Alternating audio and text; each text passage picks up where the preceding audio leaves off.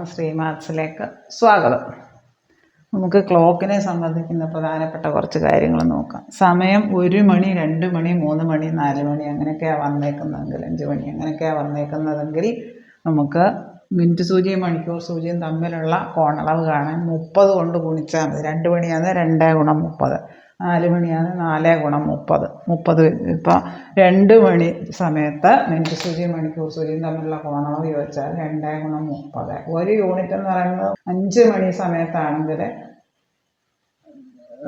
5 ഗുണം 30 150 ഡിഗ്രി വരും. 3 മണിക്കാണ് 3 ഗുണം 30, 1, 2, 3, 4, 5 അങ്ങനെ വന്നു കഴിഞ്ഞാൽ 1, 2, 3, 4, 5. ഇനി 12-ൽ തുടങ്ങുന്ന സമയത്തിൻ്റെ മണിക്കൂർ, ഇതൊരു പ്രത്യേക ഓർത്തിരിക്കേണ്ട കാര്യം. 12-ൽ തുടങ്ങുന്ന സമയത്തിൻ്റെ മണിക്കൂർ സൂചിയും മിനിറ്റ് സൂചിയും തമ്മിലുള്ള കോണളവ് കാണാൻ തന്നിരിക്കുന്ന അതിൻ്റെ മിനിറ്റിനെ, ഇപ്പോൾ 12:15 ഉദാഹരണം ചോദിച്ചേക്കുന്നതെങ്കിൽ മിനിറ്റിനെ 11/2 ഇട്ട് ഗുണിച്ചാൽ മതി. അതായത് ഇവിടെ മിനിറ്റ് എത്ര? 15. 15 × 11/2 എത്ര വരുന്നത്? 82.5 എന്നോ അല്ലെങ്കിൽ 82.5 എന്നോ എല്ലാം തന്നേക്കും ഡിഗ്രി ഓപ്ഷനിൽ. അതായത് 82.5 എന്ന് പറയുന്നത് 82.5 ആണല്ലോ.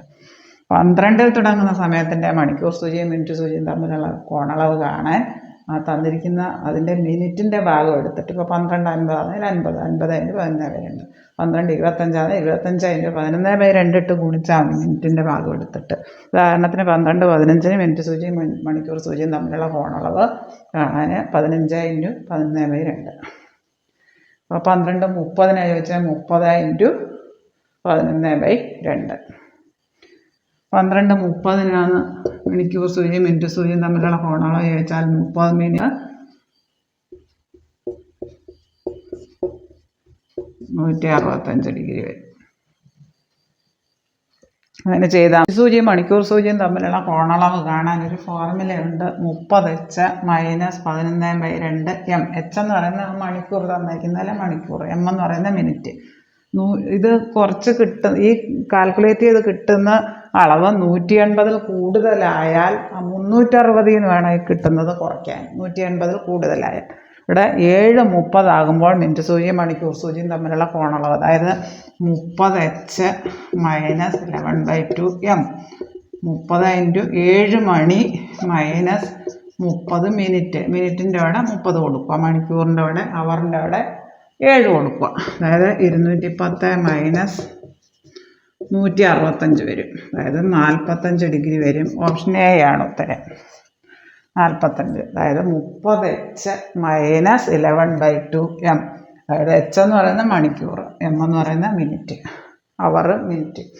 7:30 ആകുമ്പോൾ മിനിറ്റ് സൂചിയും മണിക്കൂർ സൂചിയും തമ്മിലുള്ള കോണളവ് ചോദിച്ചാൽ 30h - 11/2 m. 7 മണിയല്ലേ പറഞ്ഞു, 30 × അവർ 7 -11/2 × മിനിറ്റ് 30. അപ്പോൾ നമുക്ക് 45 ഡിഗ്രി കിട്ടും. ഓപ്ഷൻ എ ആണ് ഉത്തരം. ഇപ്പോൾ 7:15 അല്ലെ 8:15 പറഞ്ഞതെങ്കിൽ 30 × 8 -11/2 × 15.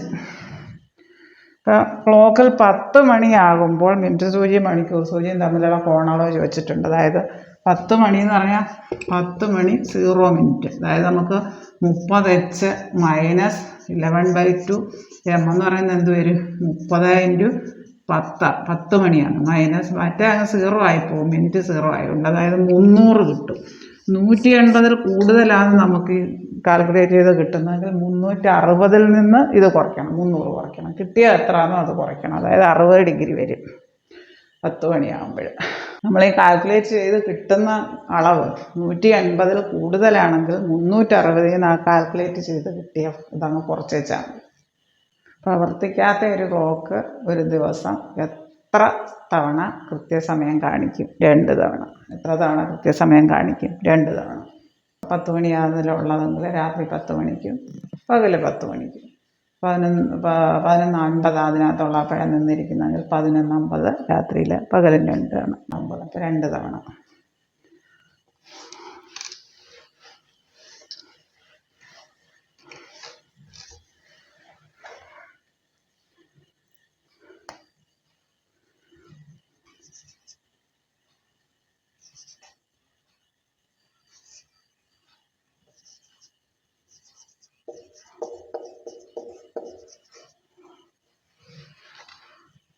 1 മിനിറ്റ് ഉള്ള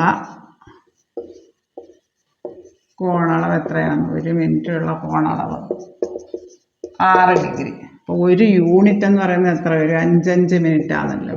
അതായത് 6 × 5. ഓരോ യൂണിറ്റും 30 ഡിഗ്രി വരും വീതം വരും. ഒരു 5 മിനിറ്റ് 5 മിനിറ്റ് 5 മിനിറ്റ് ഇടവിട്ടല്ല ഓരോ യൂണിറ്റും 1 മിനിറ്റ് എന്ന് പറയുന്ന കോണളവ് 6 ഡിഗ്രിയാണ്. അതായത് ഇങ്ങനെ വരുമ്പോൾ 12, 1, 2 അങ്ങനെ വരുമ്പോൾ ഇവിടെ 1 മിനിറ്റ് ഇത്രയും വരുമ്പോൾ നമുക്ക് 6 ഡിഗ്രിയാണ് വരിക. 1 യൂണിറ്റ് എന്ന് പറഞ്ഞാൽ 5 മിനിറ്റ് വരും. എപ്പോഴും 30 വീതമാണ് വരിക. 30, 60, 30 അങ്ങനെയാണ് കൂട്ടുക. 1 മിനിറ്റ് 6 ഡിഗ്രി. അപ്പം ഓരോ യൂണിറ്റ് എന്ന് പറയുന്നത് 5 മിനിറ്റ് 5 മിനിറ്റ് ആണ്. അപ്പോൾ 6 × 5 30 ഡിഗ്രി വരും ഓരോ 5 മിനിറ്റ്. 1 മിനിറ്റ് 5 മിനിറ്റ് 5 മിനിറ്റ് ആണല്ലോ ഒരു യൂണിറ്റ് വരുന്നത്. 6 × 5 അതായത് ഓരോ യൂണിറ്റും 30 ഡിഗ്രി വീതം വരും. നമ്മൾ 30h - 11/2 m എന്നുള്ള ഫോർമുല വെച്ച് മണിക്കൂർ സൂചിയും മിനിറ്റ് സൂചിയും തമ്മിലുള്ള കോണളവ് കണ്ടുപിടിക്കാൻ ചെയ്യാം. പക്ഷെങ്കിൽ കിട്ടുന്ന ആ കാൽക്കുലേറ്റ് ചെയ്ത് കിട്ടുന്ന 180 കൂടുതലാണെങ്കിൽ 360 ഇപ്പോൾ 210 കിട്ടിയെന്നുണ്ട്. അപ്പോൾ 210 കാൽക്കുലേറ്റ് ചെയ്തപ്പോൾ കിട്ടിയെങ്കിൽ 360 210 കുറയ്ക്കണം. അപ്പോൾ 300 കിട്ടിയാൽ 360 300 കുറയ്ക്കണം. 180 കൂടുതലാണെങ്കിൽ അങ്ങനെ ചെയ്യാം. 1, 5, 2, 10, 3, 15, 4, 20, 5, 25, 6, 30, 7, 35, 8, 40, 9, 45, 10, 50, 11, 55. അതായത് 1 × 5 1, 5, 2 × 5 2, 10, 3 × 5 1 × 5 5, 2 × 5 10, 3 × 5 15, 3, 15, 4, 5, 20, 5, 5, 25, 6, 5, 30 ഇങ്ങനെ 5ൻ്റെ വെച്ച് ഗുണിക്കുന്ന ഇങ്ങനെ ടൈം വന്നതെങ്കിൽ കോണളവ് മിനിറ്റ് സൂചിയും മണിക്കൂർ സൂചിയും തമ്മിലുള്ള കോണളവ് കാണാൻ തന്നിരിക്കുന്ന മിനിറ്റിൻ്റെ ഹാഫ് എടുത്താൽ മതി. അതായത് 4:20 ഉദാഹരണത്തിന് 4:20 മിനിറ്റ് സൂചിയും മണിക്കൂർ സൂചിയും തമ്മിലുള്ള കോണളവ് ചോദിച്ചാൽ ആ 20ൻ്റെ നേരെ പകുതി അങ്ങ് എടുത്താൽ മതി. 10. ഇവിടെ 1, 5 ചോദിച്ചെങ്കിൽ ആ 5ൻ്റെ നേരെ ആ മിനിറ്റിൻ്റെ നേരെ ഹാഫ് എടുത്താൽ മതി. ഇങ്ങനെ വന്നതെങ്കിൽ 4, 5, 20, 5, 5, 25, 6, 5, 30, 6, 30, 7, 5, 35, 7, 35, 35ൻ്റെ പകുതി എടുക്കുക. മിനിറ്റിൻ്റെ പകുതി എടുക്കുക. അതായത് 35ൻ്റെ പകുതി 17, 7, 35 ആകുമ്പോൾ 7 × 5 35 അങ്ങനെ വരണം. 10 × 5 10, 50, 10, 50, 10 × 5 50, 10, 50, 11 × 5 55, 11, 55 അങ്ങനെ വരണം. ഇതിനെ ഇൻറ്റു ചെയ്യുമ്പോൾ 5 വെച്ച് ഇൻറ്റു ചെയ്യുമ്പോൾ ഇത് കിട്ടണം. അങ്ങനെ വന്നാൽ മിനിറ്റിൻ്റെ കോണളവ് ചോദിച്ചാൽ മിനിറ്റ് സൂചിയും മണിക്കൂർ സൂചിയും തമ്മിലുള്ള കോണളവ് ചോദിച്ചാൽ മിനിറ്റിൻ്റെ നേരെ ഹാഫ് എടുത്താൽ മതി, പകുതി എടുത്താൽ മതി. ഈ പ്രതിബിംബ സമയം എപ്പോഴും ചോദിച്ച് കാണാറില്ല. 1 മുതൽ 11 മണി വരെയുള്ള പ്രതിബിംബ സമയം കാണുന്നതിന് എന്ത് ചെയ്താൽ മതി? 11:60 തന്നിരിക്കുന്ന സമയം, അതായത് 10:05 പ്രതിബിംബ സമയമാണ് ചോദിച്ചെങ്കിൽ 11:60 10:05 കുറച്ചാൽ മതി. 11:60 കുറയ്ക്കണം. അതായത് 1:55 വരും. ഇനി 11:01 മുതൽ 12:59 വരെയുള്ള പ്രതിബിംബ സമയമാണ് ചോദിച്ചതെങ്കിൽ നമുക്ക് 23:60 കുറച്ചാൽ മതി. അതായത് 12:15 പ്രതിബിംബ സമയമാണ് ചോദിച്ചാൽ 12 മണിക്ക് ശേഷമാണല്ലോ. 11:01 മുതൽ 12:59 വരെയാണെങ്കിൽ 23:60 കുറച്ചാൽ മതി. അത് ഓർത്തിരിക്കുക. 11 മണിക്ക് ശേഷം 12:59 വരെയാണെങ്കിൽ 23:60 കുറയ്ക്കുക.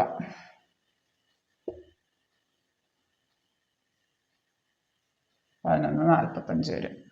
11:01 മുതൽ 12:59 വരെയുള്ള സമയത്തിൻ്റെ പ്രതിബിംബ സമയമാണ് കാണേണ്ടതെങ്കിൽ 11 മണിക്ക് ശേഷമുള്ളത് 12:59 വരെയാണ് കാണേണ്ടതെങ്കിൽ 23:60 വേണം കുറയ്ക്കാം. പിന്നെ 12:59 കഴിഞ്ഞാൽ പിന്നെ 1, 2 അങ്ങനെ വരുമല്ലോ.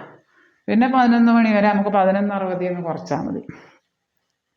ഇനി 30h - 11/2 m കാൽക്കുലേറ്റ് ചെയ്യുമ്പോൾ അത് h എന്ന് പറയുന്നത് മണിക്കൂർ. ഇപ്പോൾ 7:30 ആണെങ്കിൽ 30 × 7 - 11/2 × 30. അത് കാൽക്കുലേറ്റ് ചെയ്യുമ്പോൾ 180 കുറവാണെങ്കിൽ അത് തന്നെ എഴുതിയാൽ മതി. 180 കൂടുതലാണെങ്കിൽ ഇപ്പോൾ കാൽക്കുലേറ്റ് ചെയ്താൽ 320 വന്നെന്നിരുന്നു. 320 ആണെങ്കിൽ 360 നിന്ന് കുറയ്ക്കണം. 320 40 ഡിഗ്രി.